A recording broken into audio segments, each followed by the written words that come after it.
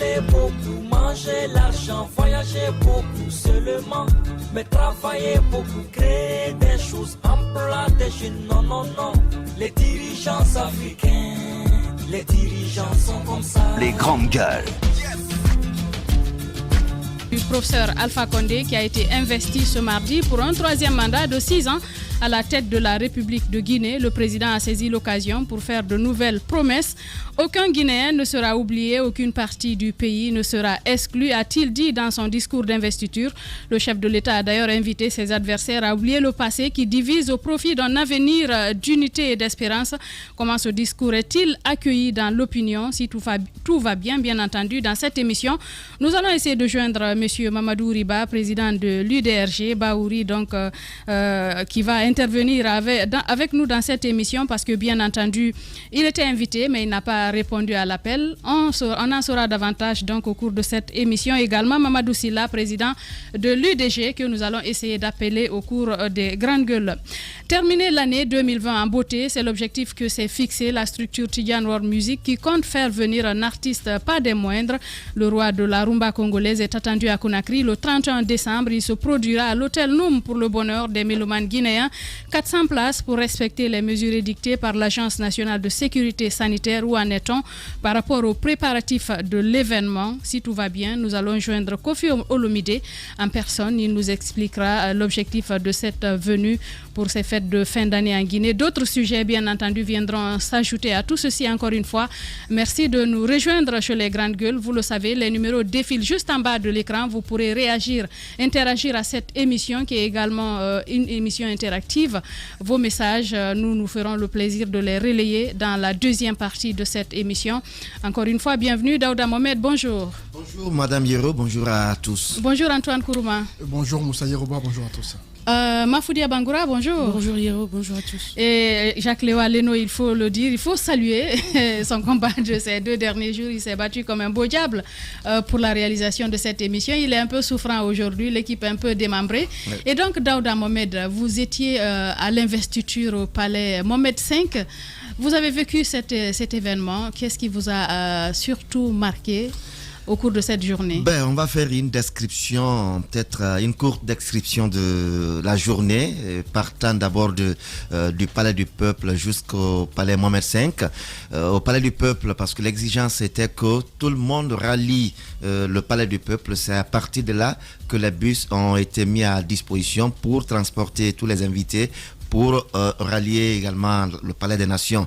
Maintenant, l'autre exigence, c'était qu'il fallait être muni de son accréditation, mais aussi sa carte d'invitation, mais aussi de son carnet de tests négatifs au Covid. Mais il s'est trouvé qu'il y en a qui ont fait le test jusqu'à lundi soir, jusqu'à lundi à 17h, 18h. Et il fallait attendre jusqu'hier matin, jusqu'à 10h. Certains ont reçu des messages pour dire que le résultat viendrait 3 heures après ou viendrait à 11h mardi. Et donc ça a amené à beaucoup de tractations. Mais ce qui a aussi été dans ce sens de test, c'est qu'il n'y avait pas de privilégiés. Et moi, je me rappelle là où j'ai fait mon test, c'était au siège du COCAN.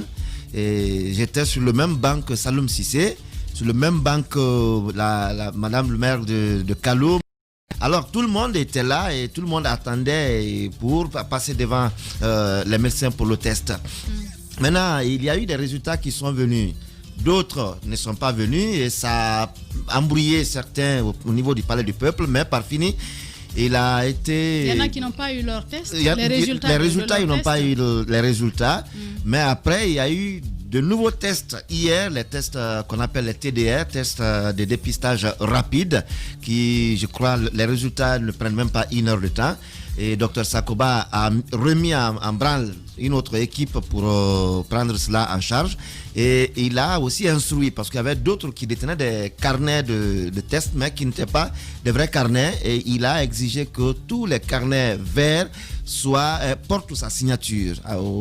Si ce n'est pas le cas, de ne pas laisser les gens passer. Donc, il y a eu ce contrôle sanitaire qui a été, il faut le dire, minutieusement contrôlé. Et cela a été une réussite par endroit. l'endroit, il faut le dire. Mais même si dans la salle maintenant, les gens n'étaient pas assis avec distanciation le physique. De la distance. Mais les bavettes étaient exigées. Il fallait porter les bavettes. Et c'est là, il faut saluer cet aspect. Maintenant, de l'autre côté, il y a aussi l'organisation. L'organisation, parce qu'on n'a pas vu cette fois-ci que tout le monde se mélange.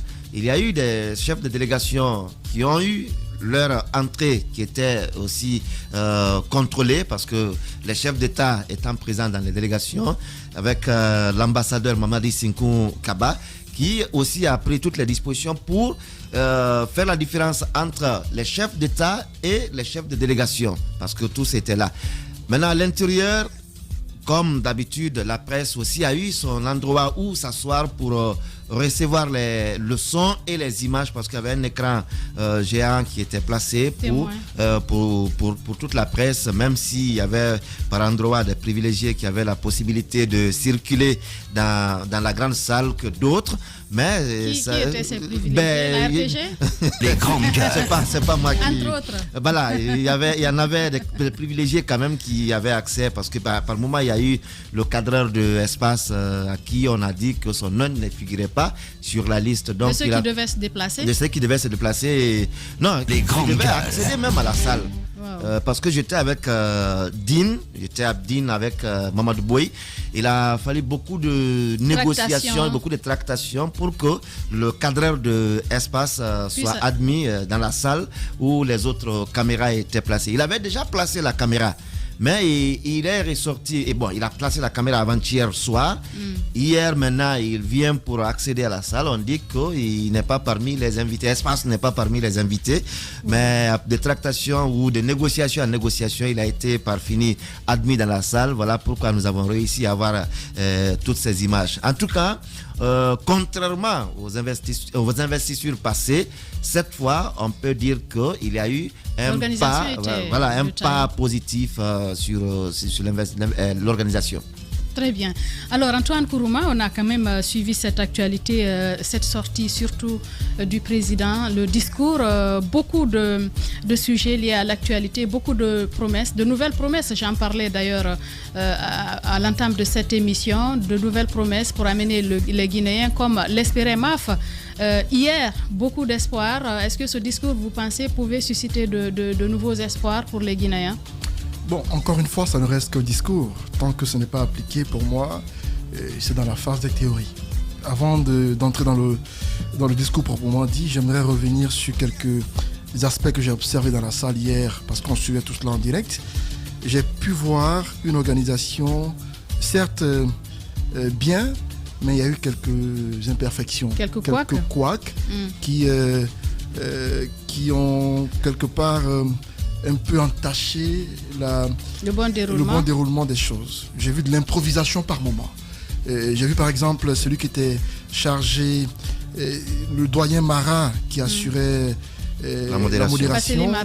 Fasseli Mara qui par moment avait tendance à ne pas maîtriser le déroulé du programme. Lorsque par moment le chef de l'État, un vieil homme de plus de 80 ans, on le fait asseoir, on le fait relever. En fait, on aurait pu faire tout cela au même moment. Mais le président, par moment... Non, c'est la procédure. La procédure ne dit pas que lorsqu'il prend le collier, il faut qu'il se rasseye, ensuite il se relève, venir prendre la photo. Qu'est-ce que la procédure dit alors? Qu'est-ce que dit la procédure? Tu n'as pas le chronogramme, Antoine. On aurait pu faciliter les choses. Non. Mais attendez que je finisse. Tu n'as pas le chronogramme, tu ne sais pas comment ils se sont organisés. Permettez que je dise ceci. Ok, dis. Moi, un vieil homme qui n'est pas si jeune que ça, on aurait pu lui faciliter la tâche. Antoine, c'est toi qui le dis. Bon, dans tous les cas, j'ai senti hier... Les grandes gueules. Fatigué le monsieur. On l'a beaucoup fatigué hier. C'est une investiture. Il fallait s'y attendre quand même. Il y a une procédure à respecter. Par moment, monsieur le président... Mais tu n'as pas vu le président marcher à Kaloum? Bon, marcher peut-être, mais... Il était dans une salle. Quand Antoine parle de vieil homme, pas quand même Alpha Condé. Je le voyais. Parce qu'il a mis en défi ici ses opposants. Je le sentais par moments épuisé. Il s'est levé à au moins 10 reprises pour pratiquement des choses qu'il aurait pu faire en étant debout. Monsieur le Président, le collier. Monsieur le Président, venez pour la photo. Monsieur le Président, le discours. Monsieur le Président, le fagnon. Ah si, ce n'est pas le je crois que c'est la première fois qu'Antoine... C'est la première fois qu'Antoine suive l'investiture. Parce que même en 2015, c'est le même exercice auquel il a été soumis. Non, à ce niveau, il y a eu moins de... Ah non, tu ne peux pas le dire. Ça a été allégé. Tu n'étais pas là, tu n'as pas suivi, je ne pense pas. Pour ce cas-ci, j'ai vu même lors des prises de photos de famille, lorsque les magistrats, comment on appelle, les membres de la cour venaient prendre la photo avec le président, vous avez senti que même quelques-uns avaient peur de s'approcher du président. Vous avez la distance qu'il y avait entre eux et le chef de l'État. Je décris un fait que j'ai observé, Madame Yero. Laissez-moi décrire. Je décris et c'est un détail. C'est la distanciation pour moi qu'il voulait respecter. Voilà, il faut lui rappeler. C'était trop distant. Ça, c'est un constat que j'ai fait. Tu as mesuré? De l'autre côté, on a vu Antoine, tu as mesuré? Le doyen Kabak 43, qui est le chancelier, qui n'était pas prévu dans la photo de famille, qui a voulu venir prendre la photo. Et j'ai entendu en fond sonore, parce qu'apparemment Mara ne savait pas que son micro était ouvert, il a dit qu'il ne fait pas partie de ceux qui doivent prendre la photo. Faites-le retourner. Donc le doyen a été recalé. Oui, mais c'est que le doyen n'a pas suivi, parce qu'il a été dit que le président de la Cour constitutionnelle invite le président de la République à prendre la photo de famille avec les conseillers de la Cour. L'impréparation par endroit, ça je le signale. Ce sont des grandes gueules. Que j'ai pu observer. Tout n'a pas été rose, même si dans l'ensemble on peut dire que la cérémonie s'est bien déroulée. De l'autre côté, parlons de ce discours du chef de l'État. Un discours de plus de 15 minutes, au cours duquel il a tenté de rassurer. Comme à son habitude, Alpha Condé se montre dur. Moi, je le qualifie parfois de faux dur, parce que très souvent, il montre une certaine fermeté dans le discours, mais dans les faits, c'est tout à fait le contraire. On a entendu hier un président vouloir tourner la page du passé et ouvrir une nouvelle page de la Guinée, lorsqu'il dit par exemple qu'il veut lutter contre la corruption et qu'il veut en faire son cheval de bataille. Et lorsqu'il parle par exemple d'oublier le passé et penser à un avenir plus radieux, c'est un discours qui pour moi est comme tous les autres. Alpha Condé, très souvent, a envie de rassurer, sauf que dans les faits, c'est un président tout autre qu'on observe. Et je me dis que tout ce qui s'est dit au palais hier va rester certainement au palais, ce ne sera pas appliqué. Juste un discours, vous l'avez dit tout au début. Mafoudia Bangoura, vous avez également observé ce qui s'est passé hier au Palais Mohamed V. Votre regard sur le déroulé des activités pendant cette journée d'investiture? Je ne veux pas m'attarder sur les détails parce qu'il y a des détails qui sont propres à toutes les organisations. Le diable s'y cache très souvent. Il y a des problèmes, il y a des petits détails qui échappent dans toutes les organisations, mais globalement, je pense que ça a été bien organisé parce que nous qui l'avons suivi... revenir à son cas tout à l'heure. D'accord. Pour nous qui avons suivi de loin, je pense que l'organisation quand même n'était pas du tout mal, c'était bien organisé. Quand on prend des discours du président de la Cour constitutionnelle, au passage, aux différents, on sent quand même que le chronogramme a été respecté. Et ça, c'est important. Maintenant, comme tu le dis pour le discours... Non, le menu, mais pas le chronogramme. Le chronogramme, c'était 10h, mais c'est à 13h que la cérémonie, la cérémonie proprement dite a commencé. Maintenant, le retard pour toi qui étais là-bas, tu as même de nous dire... Oui, 13h15. Voilà. En tout cas, le déroulé, dès que ça a commencé, on a senti que, en fait, ce chronogramme que moi j'ai estimé parce que j'ai suivi de loin, donc je me dis parce qu'il n'y avait pas assez de retard, comme ces pertes de temps des fois qu'on peut constater entre... le discours, on peut enregistrer entre l'annonce du maître de cérémonie au passage d'un responsable qui doit tenir tel ou tel discours. Je me dis que ça va globalement. C'est vrai qu'il peut y avoir des choses à l'interne, mais c'est propre à toutes les organisations. Maintenant, quant au discours, oui, on va devoir revenir point par point sur ce qu'il a dit parce que c'est un président qui s'est présenté... c'est comme un président qui a déjà fait son mea culpa et qui est prêt à repartir à zéro et qui invite les Guinéens à faire de même pour une Guinée nouvelle. On va l'écouter et peut-être ensemble revenir point par point sur ce qu'il entend par chaque proposition, car il n'est pas... vraiment... ça me rappelle ce que ma maman m'a dit hier quand on est rentré. Elle dit vraiment, elle était contente. Elle dit, quand on l'écoute quand même, vraiment quand on écoute ça, on est content. Ça rassure. Voilà, ça rassure. Elle était rassurée en fait dans les propos. Maintenant, effectivement, comme tous les Guinéens, on se dit, est-ce que les actes vont suivre? On s'interroge donc, est-ce que des actes vont suivre à l'issue de ces promesses, de ces nouvelles promesses du président Alpha Condé? On va d'ailleurs écouter un pan du discours, le premier, et nous revenons juste après. Les victimes et leurs familles de tous nos malheurs ont la compassion de notre nation. Je voudrais, au nom du peuple de Guinée, uni et solidaire, et en mon nom propre, leur témoigner la solidarité de l'État qui est à leur côté pour panser leurs blessures et surmonter leurs drames. Les fondements de notre démocratie ont été souvent ébranlés par les luttes politiciennes et les tensions sociales.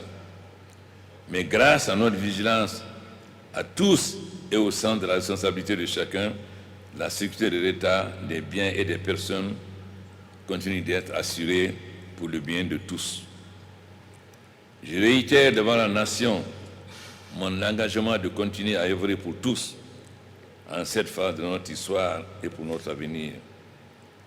Car le pays a besoin d'un véritable sursaut national dans l'objectif de consolider l'unité nationale et la cohésion sociale. Je suis le président de tous les Guinéens au service de tous les Guinéens. Dans la réalisation de notre idéal commun, personne ne sera oublié. Aucune partie du pays ne sera exclue. Chaque Guinéen aura sa place, car c'est ensemble que nous pourrons surmonter les difficultés d'aujourd'hui et relever les défis de demain. Je crois profondément aux vertus du dialogue et de la concertation, et j'ai acquis depuis longtemps la conviction que la Guinée se fera avec tous les Guinéens. Mais chacun doit respecter la loi et bannir de ses propos et de ses actes la violence afin que notre pays demeure une société de liberté et de responsabilité. Pour cela, j'exhorte chacun d'entre vous à oublier le passé qui divise au profit d'un avenir d'unité et d'espérance. C'est un devoir qui incombe à chacun d'entre nous. Nous le disions à l'entame de cette émission, gouverner autrement, voilà comment le professeur Alpha Condé compte procéder pour ce nouveau mandat de 6 ans. Daouda Mohamed, vous l'avez écouté, il veut vraiment changer les choses en luttant contre le copinage, le clientélisme et la corruption. Oui, et je crois que le président Alpha Condé, il est en train de trouver du contenu à son slogan. Gouverner autrement, parce que les gens se posent bien la question quand il dit on va gouverner autrement, et quel contenu y aura-t-il dans ce slogan? Et c'est ce contenu aujourd'hui, il est en train de nous sortir mais petit à petit. Mais il n'y a rien de nouveau sous le soleil. Oui, non, le slogan, il faut bien qu'il ait un contenu. Et c'est ce qu'il est en train de faire. Alors, il faut ramener, quand il parle de RPC, je crois la première fois qu'il y a insisté fortement, c'était à Farana, lors de la campagne pour la législative, le double scrutin. Quand il est arrivé à Farana, il a insisté sur aujourd'hui sa pensée au RPC. Et c'était la première fois d'ailleurs. Il accuse les ministres d'avoir abandonné ces gens à leur profit. J'en viens. Est-ce que tout repose sur ces ministres-là? Il a dit à Farana pour la première fois qu'il commettra Saloum Cissé à l'identification de tous les anciens militants combattants pour la victoire du RPG Arc-en-Ciel afin de leur trouver aujourd'hui un nouveau cadre de vie. Ça a été dit à l'époque. Et également, je crois, c'était après aussi, il a dit au palais à son investiture pour la candidature du parti, il a réitéré la même chose tout en citant encore Saloum Cissé. Et aujourd'hui, d'ailleurs la dernière fois également, il a accusé les ministres, ces différents ministres.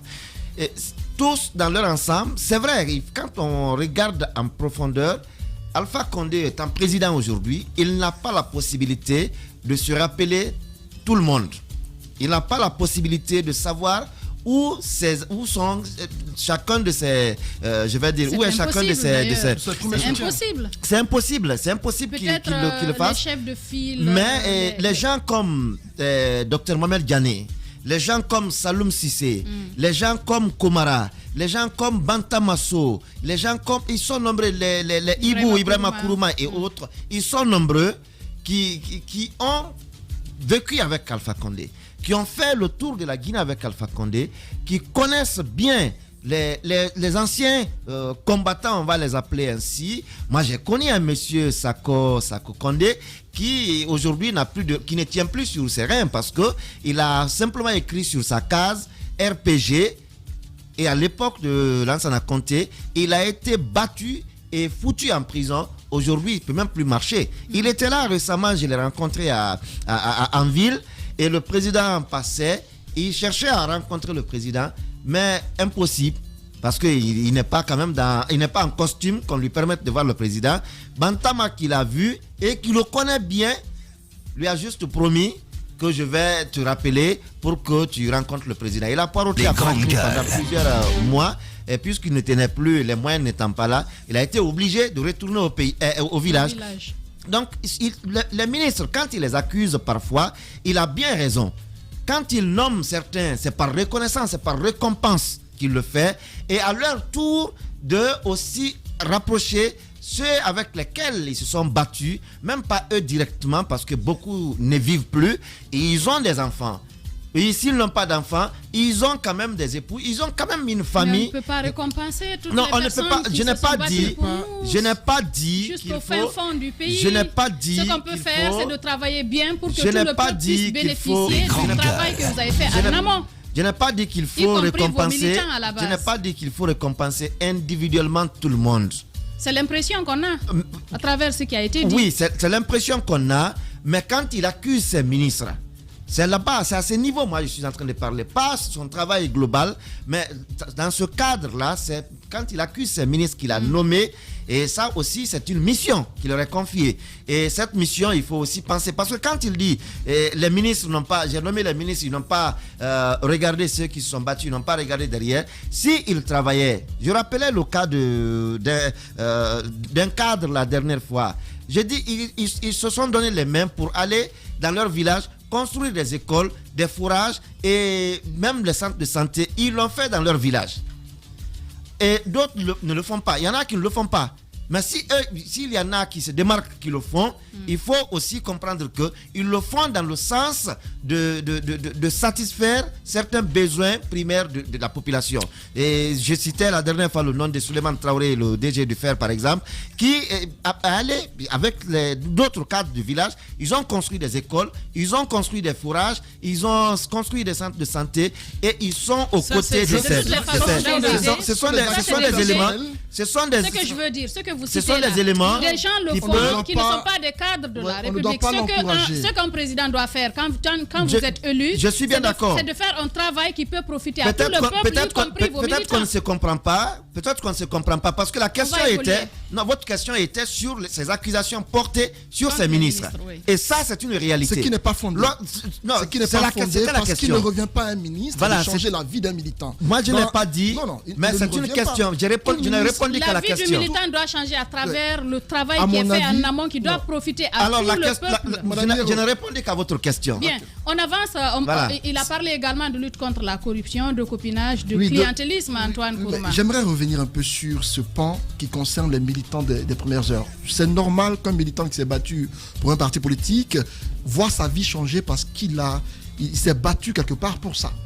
C'est normal qu'un militant qui a mouillé le maillot au point de perdre sa vie ou au point de tout sacrifier au profit d'un homme, c'est normal que sa vie change. Mais ça peut se faire de manière que ça n'empiète pas sur l'action de l'État.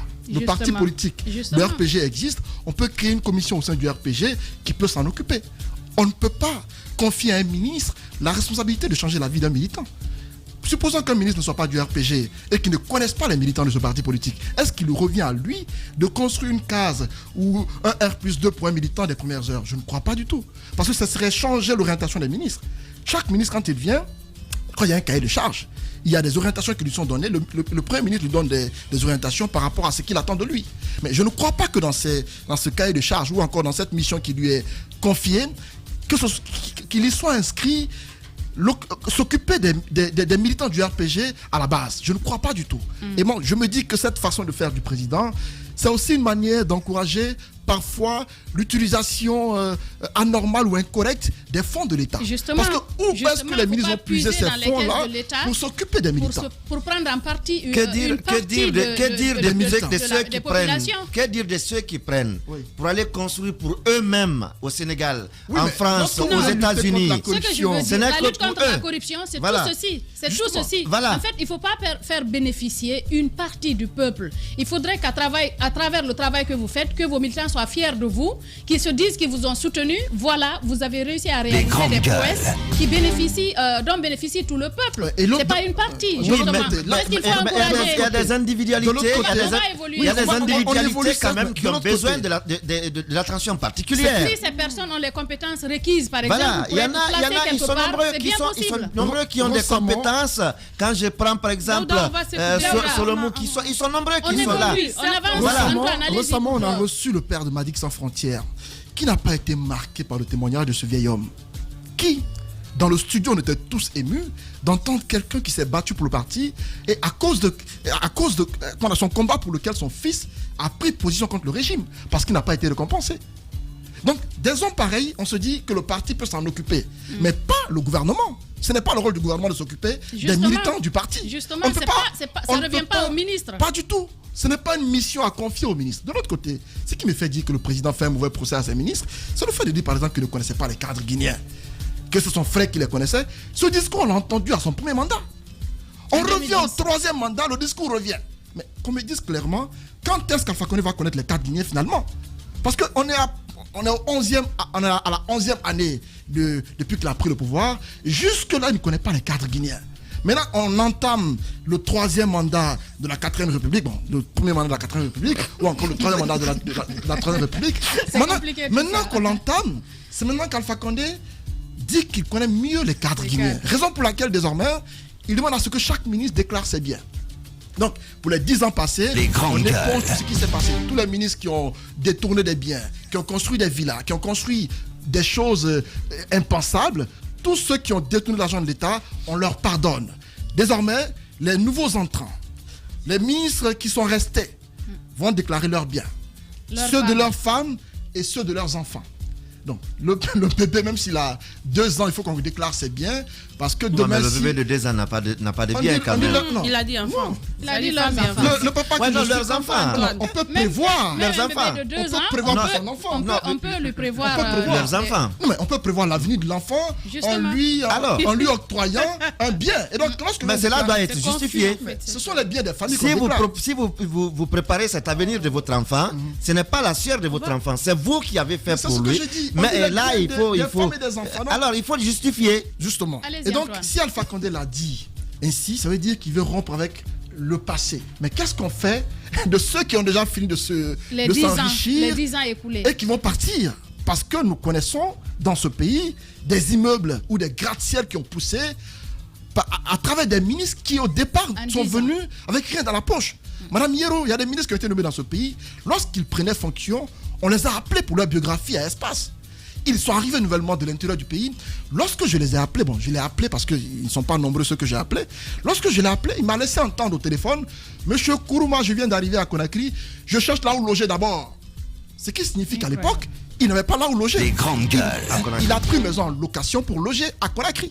Mais au bout de quelques mois, ce ministre dont je parle, allez-y voir, c'est bien aujourd'hui. Allez-y à Kipé, voyez les maisons qui y ont poussé en l'espace de quelques mois. Allez-y voir à l'intérieur du pays, dans son village et dans des villes qu'il fréquente, les maisons qui y ont poussé. Où est-ce qu'il a pris cet argent? Quand il venait, il a laissé clairement entendre qu'il n'avait rien. Et donc, ce sont des actes pareils, des pratiques de ce type auxquelles on assiste tout le temps et que le président veut nous faire croire qu'il n'est pas au courant de tout cela et que c'est maintenant qu'il veut bien connaître les cadres guinéens.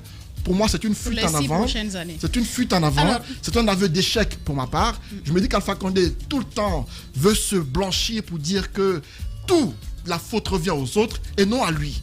Pour moi, s'il a accusé hier le régime Conté d'être à la base de certains malheurs de la Guinée, il ne doit pas être épargné si demain on doit faire le bilan de son régime. Les ministres ne seront pas indexés, c'est lui Alpha qui sera indexé par rapport au bilan qui pour moi est mitigé, n'est pas positif tel qu'on le dit. Et donc si le bilan est négatif, on va s'en prendre à lui Alpha Condé parce que c'est son bilan qu'il doit défendre.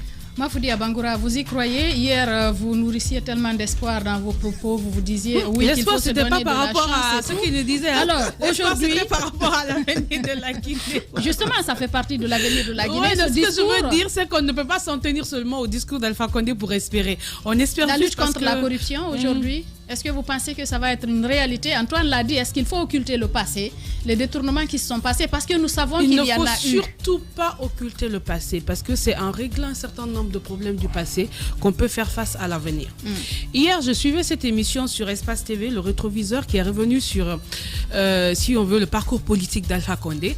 Les grandes gueules.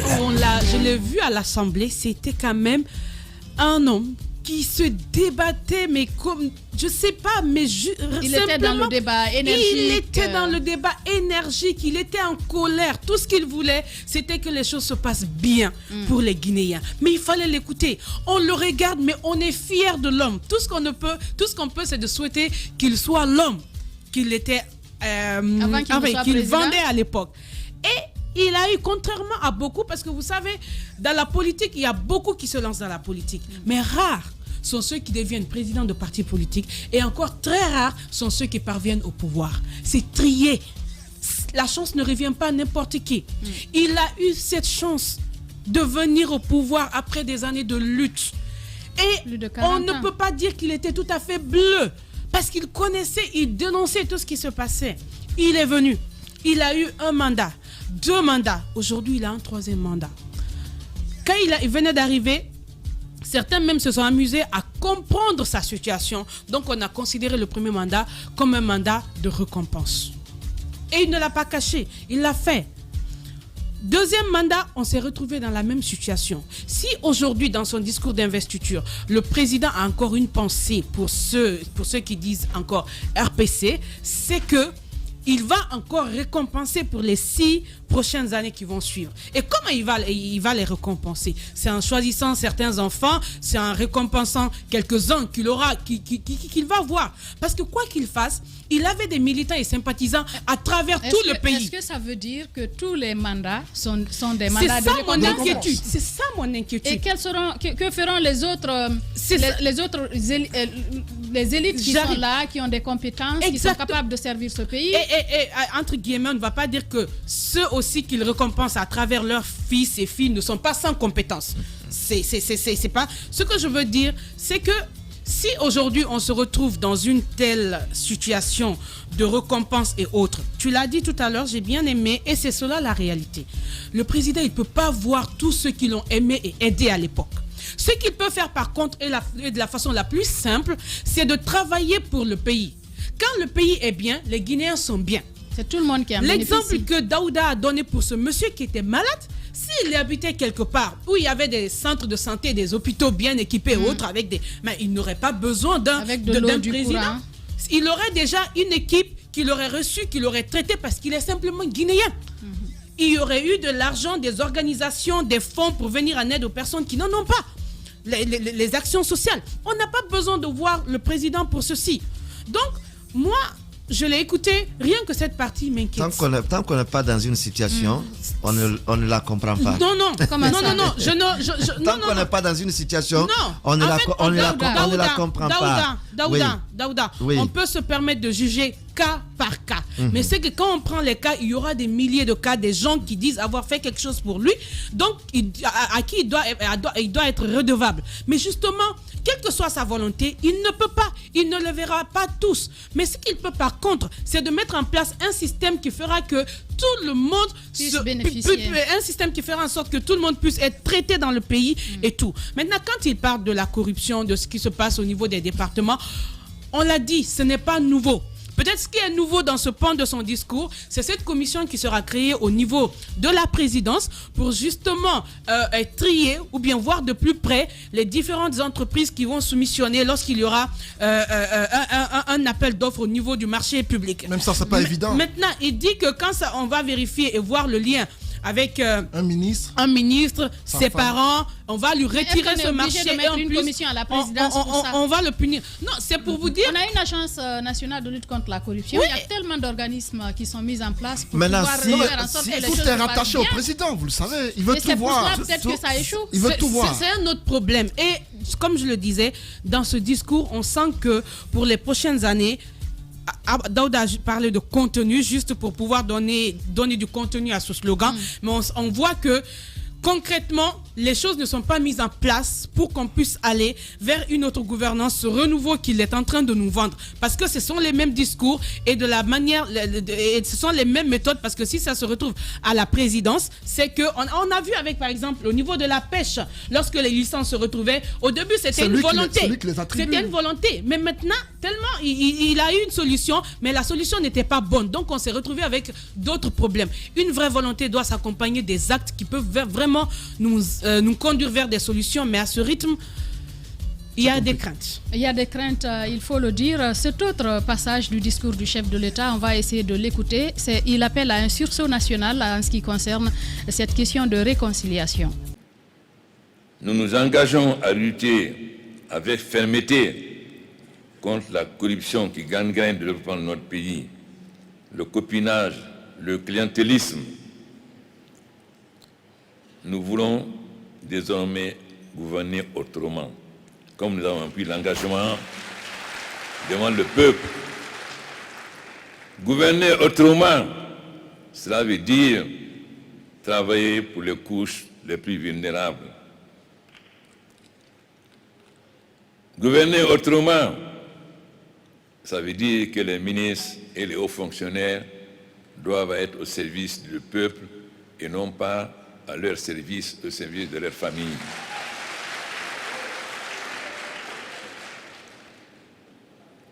Les Guinéens qui ont lutté pour obtenir l'indépendance, les Guinéens qui ont lutté pour m'amener au pouvoir, ne savent même pas dire RPG, ils disent RPC, parce qu'ils ne savent pas parler français. Pourquoi gouverner autrement? Parce que pendant mes deux derniers mandats, j'ai constaté que ces personnes anonymes qui, dans les villages, les districts, ont sacrifié tout pour la victoire, ont été abandonnées par les ministres et les cadres à leur profit. Désormais, gouverner autrement, c'est servir le peuple. C'est pourquoi, dans la déclaration des biens, nous exigerons que non seulement les ministres déclarent leurs biens, mais ceux de leurs femmes et de leurs enfants. Car, en observant, je ne connaissais pas bien les cadres guinéens, mais j'ai eu le temps de les connaître. Aussi, nous allons installer à la présidence une structure. Toutes les sociétés seront pensées au crible. Toute société qui appartient à la femme d'un ministre ou à son fils, toute société qui appartient à un directeur général d'une régie sera exclue définitivement des contrats publics. Le président Alpha Condé a son discours d'investiture, donc c'était hier au Palais Mohamed V du côté de Kaloum. Daouda Mohamed, vous l'avez suivi, il demande à ce qu'on oublie le passé qui divise au profit d'un avenir peut-être radieux qui rassemble les Guinéens. Est-ce que c'est aussi simple que cela? Oui, tout dépend de la position qu'on peut adopter pour lire le discours. Quand il dit d'oublier le passé, je crois qu'on ne peut pas demeurer dans le passé. Quand on dit d'oublier le passé, on ne peut pas dire aujourd'hui, bon, ce que j'ai vécu, le mal que j'ai vécu, je l'ai oublié sans justice ou rien. Mais lorsqu'on doit oublier le passé, moi je le prends sous le pan de la politisation à outrance de tout ce que nous faisons aujourd'hui. Lorsque nous calculons politique, vous pensez qu'il n'y a pas de préalable pour oublier le passé? Est-ce que c'est facile, par exemple, pour quelqu'un qui a été victime, de mettre un trait sur le passé et de se dire oui, allons, avançons? C'est facile? C'est ce que je suis en train de dire. Je dis ça dépend de la position qu'on adopte pour lire le discours quand il dit oublions le passé. Moi, j'ai pris sous le pan de quoi? Aujourd'hui, on a tout mélangé en Guinée. On a tout assimilé à la politique. Même un bonjour, pour répondre, il faut d'abord savoir de quel bord politique tel est pour répondre. Aujourd'hui, je crois que vous êtes en train de me rejoindre un peu quand vous rappelez le cas de quelqu'un qui a été victime et qu'on veuille aujourd'hui qu'il oublie tout pour engager une nouvelle dynamique. Ça ramène à ceux, par exemple, qui ont vécu avec Alpha Condé, qui ont tout subi avec Alpha Condé dans la lutte et qui sont aujourd'hui réduits à un rien, qui vivent aujourd'hui, il y en a qui sont morts pour lui, il y en a qui sont malades pour lui, il y a beaucoup qui vivent, il y a tellement de noms qu'on peut citer qui sont dans cette situation. Antoine Bogolo Soromou, par exemple, qui a été arrêté à Piné avec Alpha Condé, qui a fait la prison avec Alpha Condé, qui est aujourd'hui abandonné comme un néant. Et aujourd'hui, demain, d'autres diront que on a nos victimes qui sont couchées à Bambeto. Il faut leur rendre hommage. Il faut rendre justice aujourd'hui pour permettre à chacun de se savoir dans la nouvelle dynamique démocratique et de justice dans notre pays. Ce sont des actions dont on a besoin. Est-ce qu'on peut aller à un changement radical en oubliant le passé pour aller à une nouvelle dynamique sans justice dans le pan de cela, des victimes? Mais moi, je crois qu'il y a deux... question. Moi, je crois qu'il y a deux niveaux d'analyse. Il y a deux niveaux d'analyse à ce sujet. Quand on dit qu'il faut oublier le passé pour aller dans une nouvelle dynamique, il y a deux niveaux d'analyse dedans. Deux niveaux d'analyse. Antoine Kourouma, il dit d'oublier le passé, de regarder un avenir radieux. Je vais vous poser la même question que j'ai posée à Daouda Mohamed Kamara. Le problème de la Guinée, que ce soit au temps du premier régime, au temps du régime de Lansana Conté, c'est justement cette volonté d'omettre le passé, alors que vous savez pertinemment, sans aucun préalable. Est-ce que vous pensez que c'est possible? C'est un peu la partie du discours du président qui, pour moi, est venu les grandes gueules un peu gâcher toute la volonté qu'il veut exprimer. Parce que, encore une fois, ce ne sont que de 20 mots. Tout doit partir du comportement de l'homme. Est-ce que l'homme lui-même qui tient ce discours est prêt à aller dans ce sens? Je ne crois pas du tout. Alpha Condé dit que les victimes des différents événements douloureux que la Guinée a connus ont la compassion et la solidarité de l'État.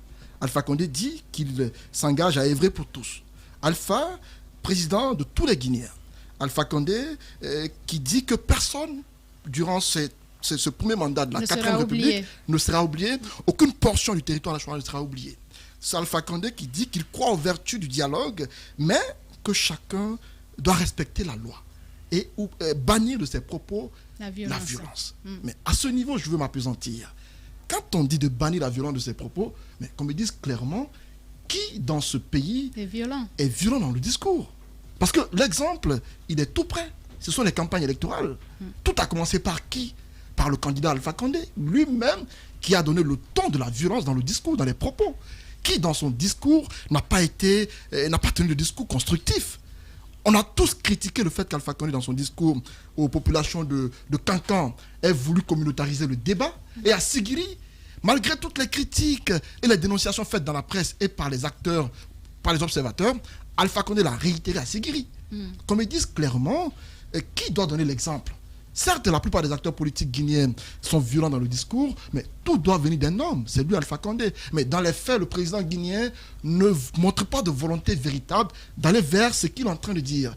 Donc, encore une fois, tant que il n'y a pas de volonté manifeste de concrétiser ce qu'il dit, je mets tout cela sur le compte d'un discours populiste dans le but de convaincre une entité de la population. La preuve, c'est la mobilisation qui a eu lieu pour saluer l'investiture d'Alpha Condé. C'était les jaunes qui l'ont accueilli, qui ont salué Alpha Condé pour son investiture. Ce sont les militants du RPG à qui on a déroulé une sorte de tapis rouge pour qu'ils accueillent Alpha Condé pour son 3e mandat, alors qu'il est président de tous les Guinéens. On aurait dû faire en sorte que tous les Guinéens se sentent concernés par cette investiture. Mais on fait en sorte que ce soit des militants. Dès l'instant où Alpha Condé a été élu, il n'est plus président des militants du RPG. Peut-être ça devait se ressentir dans le discours. On a installé 2 écrans géants au siège du parti, le RPG Arc-en-Ciel. Alors qu'il n'est plus président du RPG Arc-en-Ciel, il est le président de tous les Guinéens. Tu voulais qu'on installe au siège du RPG? Non, on aurait pu en faire autant. Le parti peut le faire. Non, le parti certes, mais l'État aurait pu faire en sorte que les Guinéens... Attendez que je finisse. Lorsque le Syrie national joue, à la CAN. Non, ce n'est pas différent. Ce n'est pas différent. Non, c'est nettement différent. Le Syrie défend le tricolore guinéen. Alpha Condé en fait autant. Non, c'est la politique. Non, Alpha est un symbole. Pour moi, lorsqu'on doit faire en sorte que les Guinéens profitent de l'événement, il faut faire en sorte que ce soit à tous les niveaux. Mais lorsque dans les faits, on privilégie une entité, comme quoi ce sont eux qui m'ont élu, donc c'est à eux que je rencontre, je me dis qu'à ce niveau, le débat, il est biaisé et les actions à venir ne sont pas encourageants et ce n'est pas...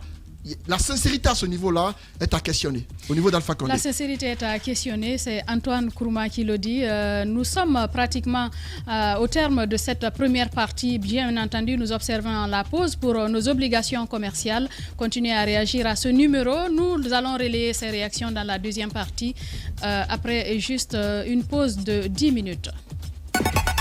Chaque matin dès 9h sur Radio Espace Guinée et sur nos radios partenaires, écoutez un show radio-télé unique en Guinée, les GG. Pendant 2 heures, l'équipe des GG de Radio Espace Guinée s'applique à partager l'actualité au plus près du quotidien des Guinéens. Un rendez-vous exceptionnel mêlant infos en direct, débats autour de l'actualité, réactions et interventions d'experts. En simultané sur Espace TV.